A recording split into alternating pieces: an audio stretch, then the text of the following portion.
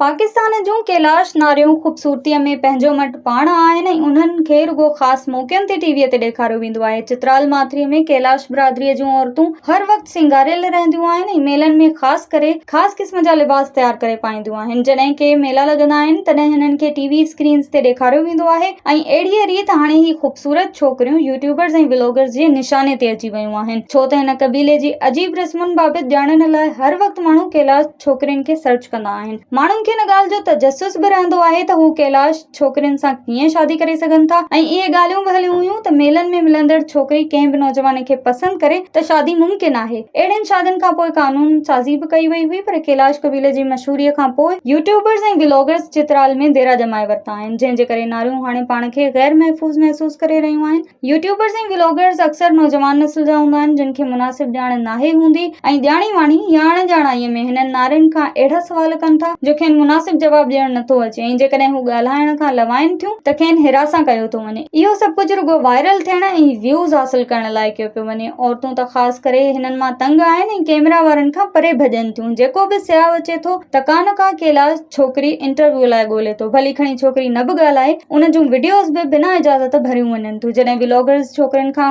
भॼी शादी करण जहिड़ा अजीब सवाल करण लॻा ऐं अहिड़ियूं वीडियोज़ वायरल थियूं त पोइ हाणे मासूम छोकिरियुनि तरफ़ां पंहिंजी इज़त जो ख़्यालु रखण जी अपील कई वई आहे। कैलाश क़बीले जे रहवासियुनि जो चवणु आहे त जेकॾहिं खेनि रहणी कहणी ऐं रस्मुनि रिवाजनि बाबति ॼाण वठणी आहे त कंहिं बुज़ुर्ग खां वठनि, इहो ई खेनि बहितर जवाबु ॾेई सघे थो। बाक़ी नौजवान ऐं मासूम छोकिरियुनि खां उबता सुबता सवाल करणु बंदि थियणु घुरिजनि। औरतूं चाहिनि थियूं त यूट्यूबर्स, व्लॉगर्स ऐं इन्फ्लुएंसर्स ते पाबंदी हई वञे। हाणे अहिड़ी दरख़्वास्त FIA खे बि ॾिनी वई आहे त औरतुनि बाबति जेका ग़लति ॼाण पोस्ट कई पई वञे उन खे रोकियो वञे।